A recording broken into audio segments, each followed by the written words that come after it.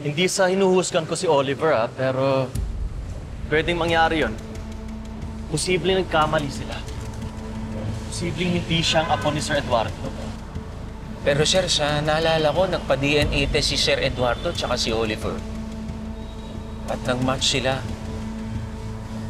Yun ang alam ko. Bakit sir? Hindi ba kayo kontento dun sa kumpirmasyon nila? You and Oliver aren't even the same age. Halos mag-ama kayong dalawa. Ilang taon na po ba siya nawawala? 25 years. Sanggol pa lang si Oliver noon nung mawala si Marian. 25 years? That's 1999.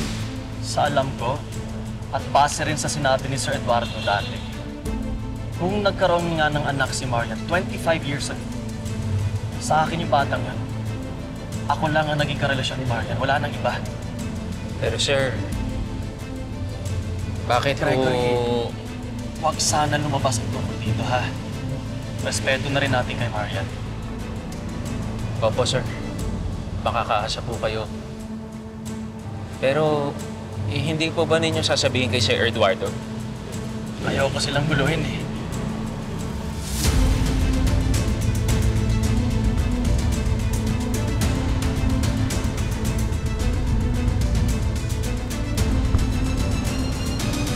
Anong karapatan mo sa kailangan ako? Ay, tama na! Oliver, tama na! Walit mali ito?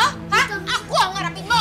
Hindi na ako papayag na pagsamantalayin niyo. Kapagitan ng lolo ko. Lo, kaya kanila inaabuso kasi kinukonsinti mo yung mga ugali nila. Hindi namin siya inaabuso at hindi kami nananamantala. Kaya nga nagpapaalam na kami umalis eh.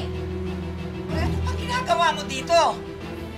Umalis na kayo. Kung gusto mo, ako pa maghahatid sa'yo sa labas. Halika na! Ano ba bitawa mo na?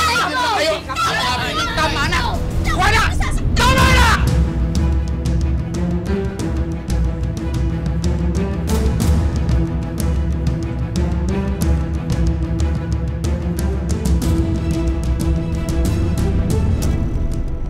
Tayo sa site na kaya kailangan natin agahan. Gregory, narinig mo ba ako? Sir, sorry po. Ano po yun? Bukas, dadaan muna tayo sa site kaya kailangan natin agahan ang pag-alis natin, ha? Sige po, sir. Bago po mag-alas 6, nandito na po ako bukas. Okay.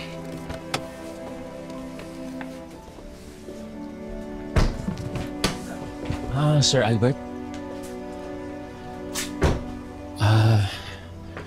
Matanong ko lang po kung ano po ang plano ninyo kay Oliver?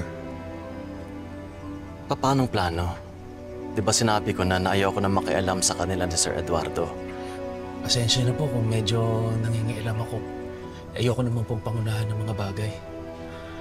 Pero kasi sir, kung hindi po talaga apo ni Sir Eduardo si Oliver, hindi po ba ibig sabihin nun niloloko lang nila si Sir Eduardo? Gregory, naiintindihan ko yung concern mo kay Sir Eduardo. At pasensya ka na kung pati ikaw nag-aalala dahil sa pag-DNA test ko sa amin ni Oliver. Pero sa ngayon, wala akong masasagot sa mga tanong na yan. At sana wag na natin pag-usapan yung mga bagay na yan, ha? Lalong-lalo na pag nandito tayo sa bahay. Opo, Sir Albert. Pasensya na po. Sige.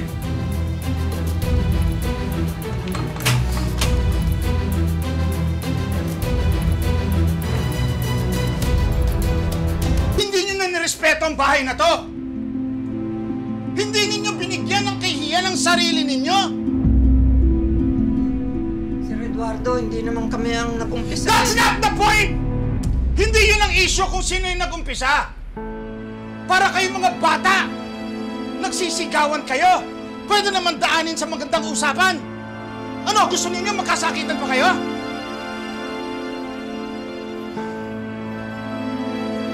Tinipon ko kayo lahat sa bahay na to because I want this house to be a home! I want this place to be a place of peace, not a battleground for personal grievances. Oo, totoo, minsan hindi nagkakaintindihan ng pamilya, pero normal yon. Pwede naman pag-usapan. Naiintindihan niyo ba ako? Ha?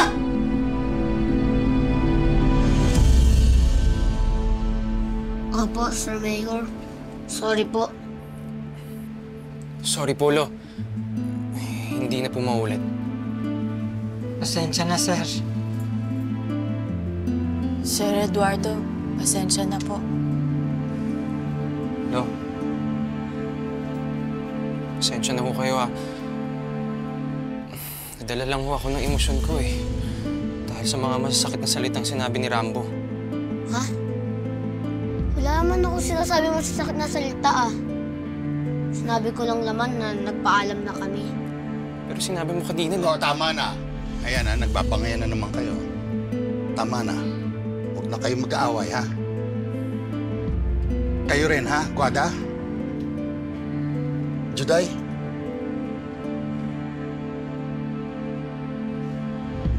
Oliver, ikaw naman ang tatanungin ko. Ano ba ang gusto mong ma-achieve para sa ating dalawa? Po?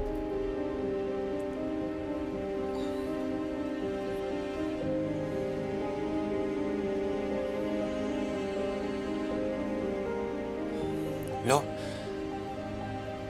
ang akin lang naman ho. Gusto ko lang naman ho maging masaya tayong lahat eh. Maging mapayapa. At walang nanggugulo.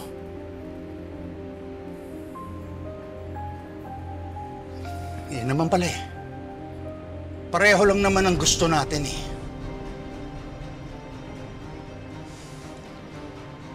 Each one of you hold a very special place in my heart. And I cannot bear the thought of losing just one of you. Kaya nakikiusap ako. Let's live in peace. Let's live in harmony. Oliver, hindi naman tayo pwedeng mabuhay na tayong dalawa. We have to learn to coexist with other people, katulad ni Rambo at ng pamilya niya. Ha? Okay ba yun? Pwede ba yun? Guada? Juday? Sige po, sir. Sorry ulit.